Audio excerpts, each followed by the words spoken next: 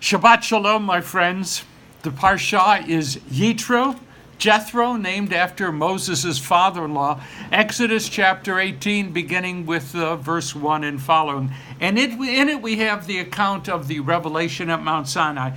Just as the festival of Passover marks our exodus from Egypt, 7 weeks later, the festival of Shavuot celebrates the giving of Torah at Mount Sinai. 7 weeks from degradation to glory. 7 weeks from a band of escaping slaves to the founding of the Jewish people as a people, and to a covenant binding us to a God who treasures freedom. So here we are, standing at Sinai at last. The centuries of slavery are at an end. The Reed Sea has been crossed. We are ready to receive the commandments of God. But where were our people actually? It's not that clear. Along with so many other factors, arguments swirl around precisely where Mount Sinai is to be found. After Israel conquered the Sinai Peninsula during the Six-Day War, Sinai led a group of teenagers on a hike through that peninsula to the mountain. On a gloriously hot, very early August morning, we began our ascent to the mountain. When we were near the summit, sweating profusely, our Israeli tour guide proudly proclaimed, "Well done, we're almost there." And do you know that this mountain is one of only 13 mountains that claim to be the mountain of revelation? Wow, what a downer. Oh, thanks for sharing. As we drew closer to the top of the mountain, we didn't encounter the still small voice of God that had called out to the prophet Elijah. The mountain didn't quake in recognition of our sweaty, parched presence. We did pass a Bedouin and his camel. The Bedouin sold us some pita to help us on our way, that we called the original Mount Sinai pita. And at the summit, there was a single-room Greek Orthodox monastery, a chapel. No yeshiva, a Greek Orthodox chapel. And afterwards, as we descended, we noted that at the very foot of the mountain, there were two things that really didn't seem to fit into the biblical narrative. To the one side was the Santa Caterina Monastery, filled with the bones of all of the monks who had served there over the centuries, an ossuary. To the other side, far more mundane, was an actual Eged bus stop. Really, we could have taken the bus from Tel Aviv to Mount Sinai, though the desert trek was actually totally unforgettable.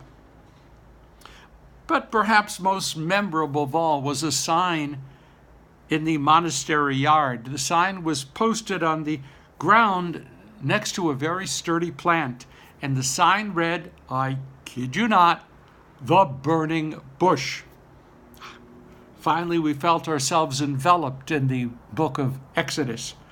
Our text seems to portray something like a volcanic eruption as revelation unfolded. On the third day, I'm quoting, "As morning dawned, there was thunder and lightning and a dense cloud upon the mountain and a very loud blast of a shofar. And all the people who were in the camp trembled." Mount Sinai was all in smoke, and the mountain trembled violently.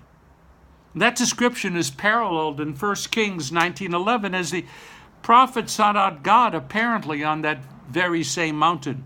Quote, "There was a great and mighty wind splitting mountains and shattering rocks by the power of Adonai, and after the wind an earthquake, and after the earthquake fire, and after the fire kol demama daka," a still small voice. No wonder that the people recoiled in fear.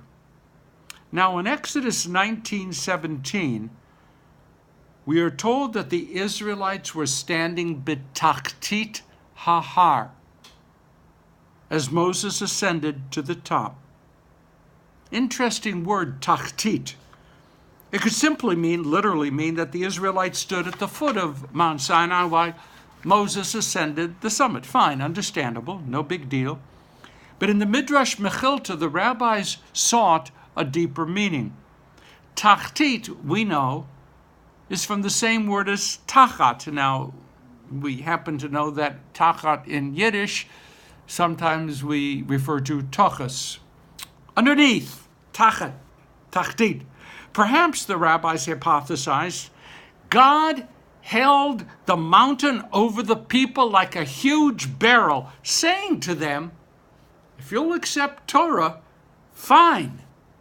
But if not, here will be your grave.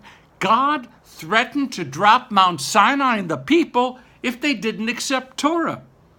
Now that midrash is totally at variance with another teaching, well-known teaching, that comes straight from the Torah itself.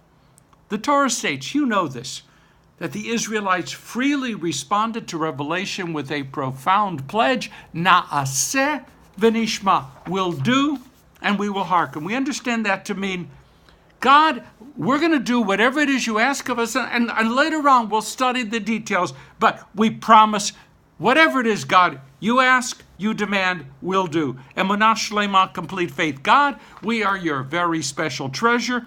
You have singled us out. We're here to do your bidding. Very commendable. So what is it?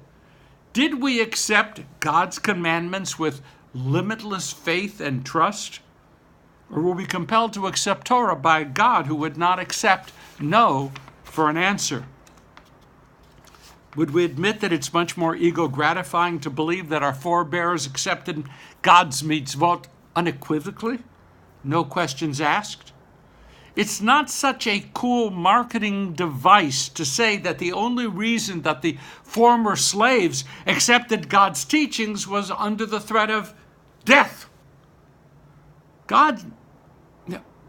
We know that the rabbis invented the image of that suspended mountain.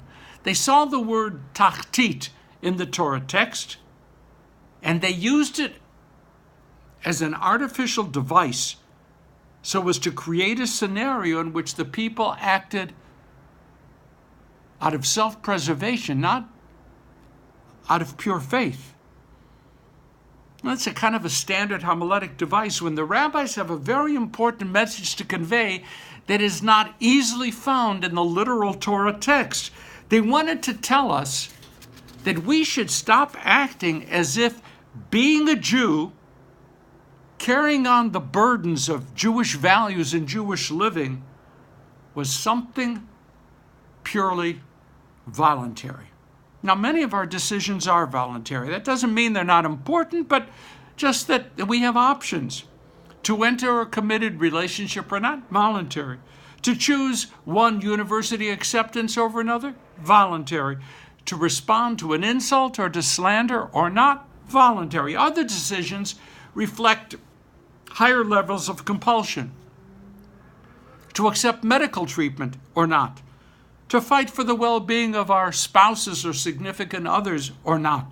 To defend our children against bullies or not.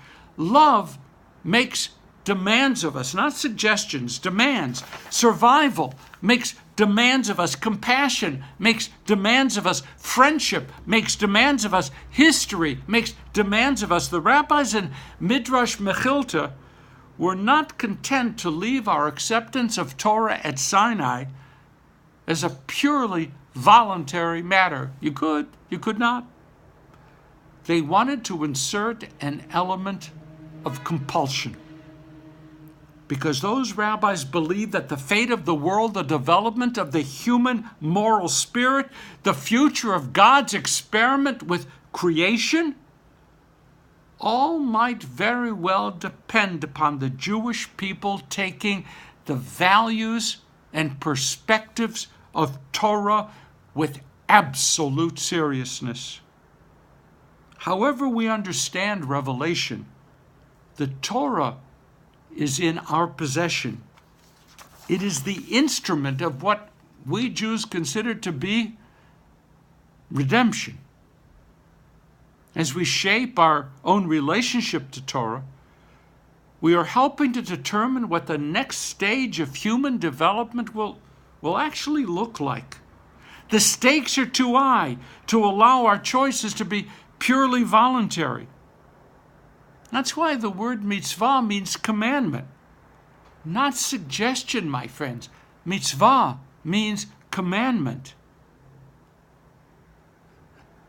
And commandment is a very serious word. Okay, we've been to the mountain. Let's descend that mountain now. Have a great Shabbat. Please rejoin us next week. And in the meanwhile, a special shout out. Thank you. A significant number of you this past week hit the share button and allowed our teaching to go out further into the world. Thank you for that. And please continue to do so, and for others to consider doing so as well. It's great to share the conversations. It's great to be with you. Shabbat Shalom.